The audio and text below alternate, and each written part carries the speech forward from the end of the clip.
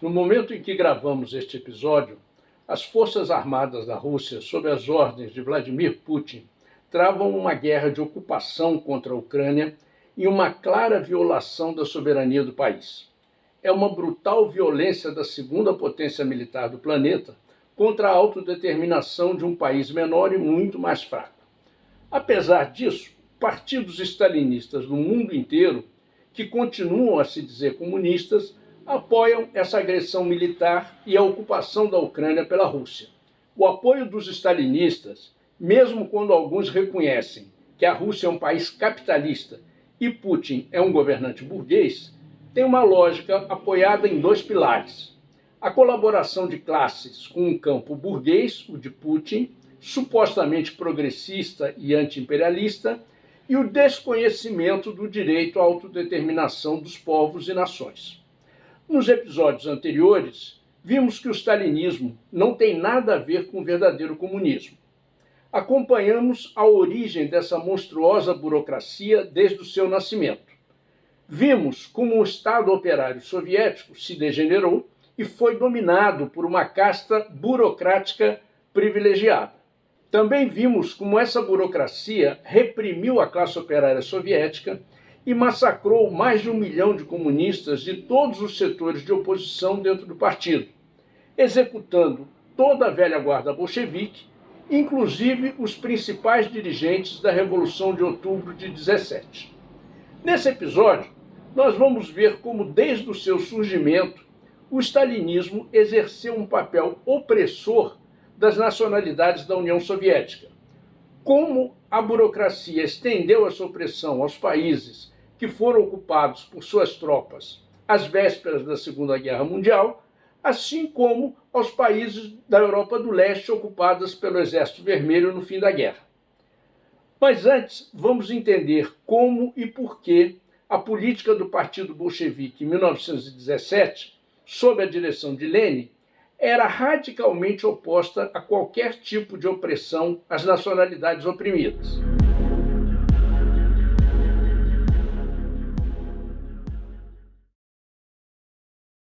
Quando o Partido Bolchevique tomou o poder, foi Lenin, o grande líder da Revolução Russa, que elaborou as posições sobre a questão nacional. Ele defendia a autodeterminação das diversas nacionalidades oprimidas pelo antigo Império Russo, que era conhecido por ser um cárcere de povos. Lenin defendia, inclusive, o direito dos povos oprimidos de se separarem da União Soviética se assim decidissem. Quando tomaram o poder, os bolcheviques aplicaram essa política e garantiram a independência, por exemplo, da Finlândia e dos países bálticos que haviam optado pela separação.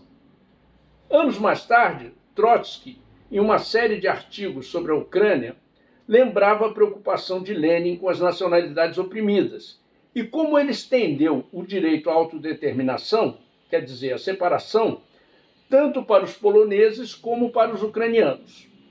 Trotsky explicava que, para Lenin, toda tentativa de evitar ou adiar o problema de uma nacionalidade oprimida era considerado como uma expressão do chauvinismo, ou seja, do nacionalismo extremado grão-russo, isso é, da nação opressora.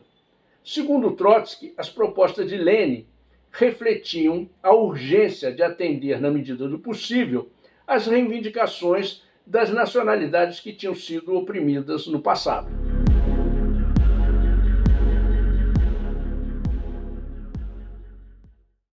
Stalin, ao contrário, utilizava o pretexto de garantir necessidades administrativas do Estado soviético, o que significava, na verdade, garantir os interesses da burocracia, para acusar de nacionalismo pequeno-burguês as mais legítimas reclamações das nacionalidades oprimidas. Essa polêmica apareceu em 1922 e 1923, não por casualidade, quando estava começando o processo de burocratização que criou uma camarilha de funcionários privilegiados dirigidos por Stalin. Essa posição burocrática e opressora se expressou com toda a força no caso da República Soviética da Geórgia. Os dirigentes do Partido Comunista Central atuaram com violência contra as reivindicações de autonomia do próprio governo soviético da Geórgia, em discussões autoritárias que chegaram até a violência física contra os bolcheviques georgianos. Lenin atacou fortemente essa atitude, pediu uma dura punição aos dirigentes envolvidos e garantias para as nacionalidades oprimidas. Em carta a Kamenev, um dos principais dirigentes do PC, Lenin dizia: declara uma guerra de vida ou morte ao chauvinismo grão-russo e propunha: insisto que o Comitê Executivo Central da União Soviética seja presidido em rodízio por um ucraniano, um russo, um georgiano, etc. Criticando o aparelho burocrático do Estado soviético, herdado do velho Estado czarista e burguês, Lenin afirmava: nessas condições, é muito natural que a liberdade de se separar da União, que está na Constituição Soviética, seja um papel vazio, incapaz de defender os povos não russos da invasão do russo genuíno, nacionalista grão-russo, no fundo um canalha e um agressor, como é o típico burocrata russo. Obviamente, era uma referência e um recado para Stalin e seus auxiliares. Lenin dizia ainda que é preciso distinguir entre o nacionalismo da nação opressora do nacionalismo da nação oprimida, entre o nacionalismo da grande nação e o nacionalismo da nação pequena. Infelizmente, Lenin já estava doente. Sua enfermidade piorou e ele morreu em janeiro de 1924, antes de poder dar essa batalha até o fim. Anos mais tarde, em 1939, Trotsky dizia que desde a década de 20, a opressão nacional dentro da União Soviética havia tido um crescimento monstruoso, levando a uma completa asfixia de qualquer tipo de desenvolvimento nacional independente dos povos que constituíam a federação. Ele explicava que por que isso era desastroso para a União Soviética e para o proletariado mundial. Trotsky dizia que o direito à autodeterminação nacional é, sem dúvida, um princípio democrático, não é um princípio socialista.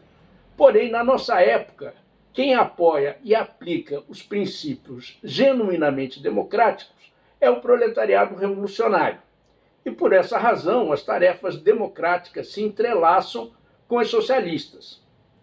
Ele dizia que a luta decidida do Partido Bolchevique pelo direito à autodeterminação das nacionalidades oprimidas facilitou muito a conquista do poder pelo proletariado. Foi como se a Revolução Proletária tivesse absorvido os problemas democráticos, sobretudo o agrário nacional, dando à Revolução Russa um caráter combinado.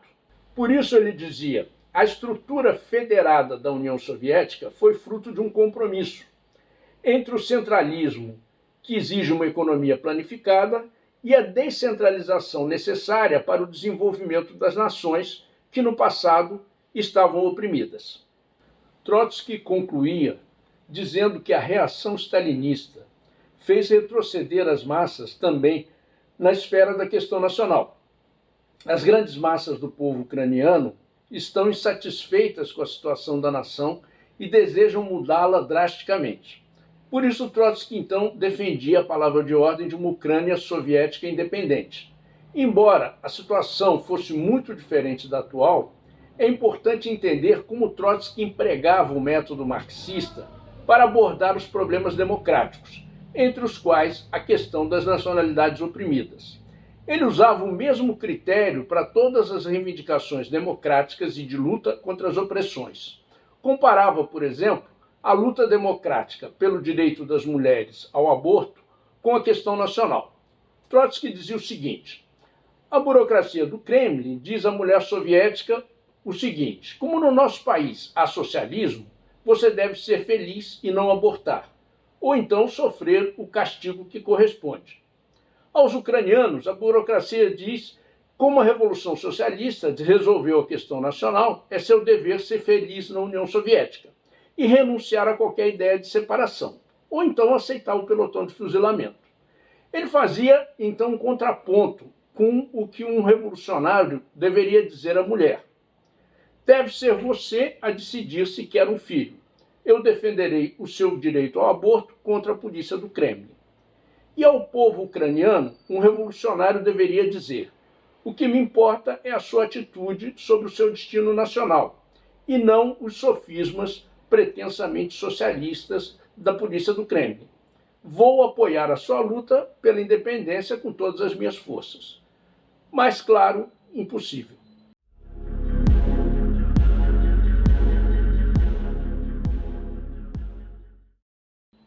Mas a opressão das nacionalidades por parte do stalinismo se aprofundou mais ainda. A partir da década de 30, a burocracia stalinista começou um regime de terror em que centenas de milhares de comunistas de oposição foram perseguidos e executados por ordem de Stalin. Essa repressão também atingiu as nacionalidades não russas que viviam na União Soviética.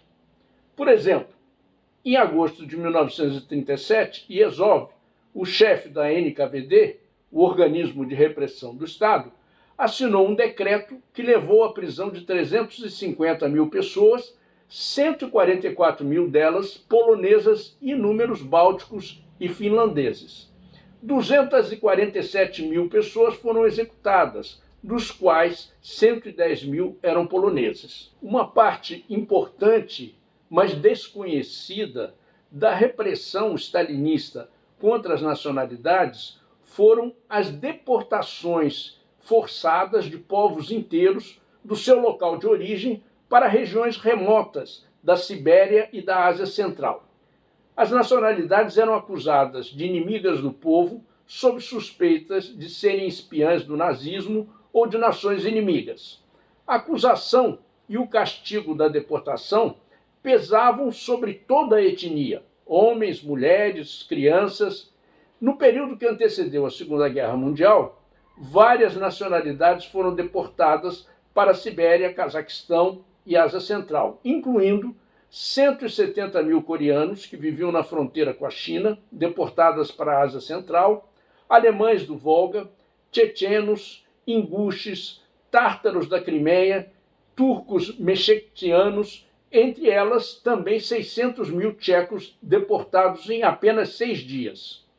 Cerca de 15 nacionalidades foram totalmente deportadas, incluindo as mulheres, crianças, dirigentes comunistas, soldados, todos falsamente acusados de colaboração com os nazistas. Os crimes contra as nacionalidades autônomas foram tremendos, porque centenas de milhares de pessoas morreram durante esses deslocamentos por fome ou por doenças. Alguns povos nunca foram devolvidos às suas antigas regiões. Além disso, o stalinismo nunca hesitou em invadir e ocupar militarmente os países do leste europeu ou outros em suas fronteiras, violando a soberania dessas nações com a desculpa da defesa da União Soviética, que, na verdade, sempre foi a defesa dos interesses da burocracia de Moscou. Já explicamos antes o caráter vergonhoso do pacto firmado entre Stalin e Hitler um pouco antes da Segunda Guerra Mundial, que foi um pacto militar especial e secreto em que ambos concordaram com a divisão da Polônia entre eles, ficando Stalin com a Polônia Oriental. Hitler também concordou com a ocupação soviética da Letônia, da Estônia, da Lituânia e da Bessarábia, um território que hoje pertence parte à Ucrânia e parte à Moldávia, e também com a invasão e a ocupação da Finlândia. Já no fim da Segunda Guerra Mundial, o Exército Vermelho ocupou os países do leste europeu, Alemanha Oriental, Polônia, Hungria, Tchecoslováquia, Romênia, Bulgária, e instalou governos stalinistas fantoches de Moscou. Contraditoriamente, apesar de que o stalinismo foi obrigado a expropriar a burguesia nesses países para poder governar, a outra cara da moeda foi a opressão exercida pela União Soviética sobre eles. Essa opressão foi ampla, abarcando, entre outras coisas, a transferência da indústria da Alemanha Oriental e da Tchecoslováquia para a União Soviética, as relações comerciais desiguais, a dívida externa desses países com Moscou e a subordinação política e militar através de pactos como o Pacto de Varsóvia. A opressão nacional foi mais evidente ainda com a invasão e a ocupação do Exército Vermelho para esmagar a Revolução Húngara de 1956 e a Primavera de Praga, em 1968, sob o pretexto de que esses movimentos legítimos de revolução política contra o regime ditatorial da burocracia serviam aos interesses do imperialismo. Por último, é importante lembrar a invasão soviética do Afeganistão, que foi acompanhada da sua ocupação por tropas russas.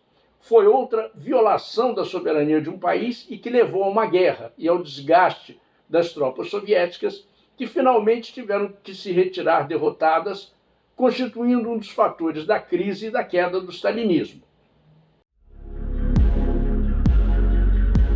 O capitalismo foi restaurado e logo depois a União Soviética foi dissolvida na década de 80. A Rússia assumiu a posição de uma submetrópole que tem um papel imperialista sobre as nacionalidades oprimidas dentro do país e também sobre os países mais fracos, que o governo capitalista ultra-reacionário de Putin considera sua área de influência. Assim como o antigo regime stalinista, Putin esmagou a Chechênia autônoma e massacrou seu povo. Fez a guerra contra a Geórgia, atacou a resistência síria para sustentar o ditador Assad, apoiou o ditador Lukashenko na Belarus e mandou tropas para o Quirguistão e o Cazaquistão para sufocar revoltas populares. São alguns dos muitos exemplos de repressão às nacionalidades e a países mais fracos. Concluindo, não é casual que a maioria dos partidos stalinistas do mundo inteiro apoie a invasão e ocupação da Ucrânia pelas tropas de Vladimir Putin. O stalinismo não vê nenhuma incompatibilidade com essa política, já que manteve a mesma opressão do antigo Império Russo sobre as nacionalidades não russas para sustentar o domínio político e os privilégios da burocracia. Por isso, os stalinistas do mundo inteiro não entram em contradição com as flagrantes violações da autodeterminação nacional e da soberania dos países e nacionalidades cometidas por Putin. Quando os partidos stalinistas governavam, eles faziam o mesmo. Antes, a burocracia se justificava com a falsa teoria do socialismo num só país, que subordinava os interesses dos povos e países oprimidos à defesa do Estado soviético, supostamente socialista, mas que, na verdade, encobria a defesa dos interesses materiais dessa burocracia. Mas, atualmente, Putin é declaradamente um anticomunista que quer acabar com o legado de Lenin. Mesmo assim, alguns stalinistas, que admitem que a Rússia é um país capitalista e que o governo de Putin é burguês, argumenta que ele faria parte, junto com a China, Cuba, Coreia do Norte, Venezuela e Nicarágua, de um suposto campo progressista que enfrentaria os Estados Unidos. Mas não há um só exemplo de uma ação de Putin contra o imperialismo. E, principalmente, seria preciso perguntar aos povos atacados e bombardeados por Putin, como é o caso agora dos ucranianos, o que pensam sobre esse suposto ditador progressista.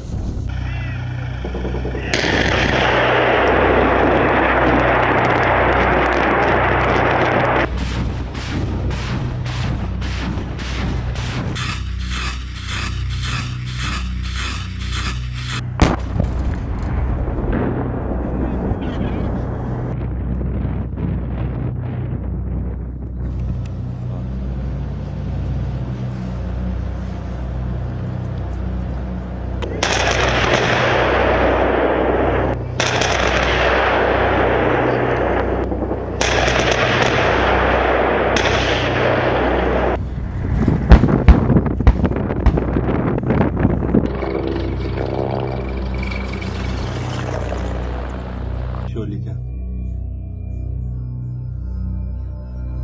это пиздец. Купив дозволено, а?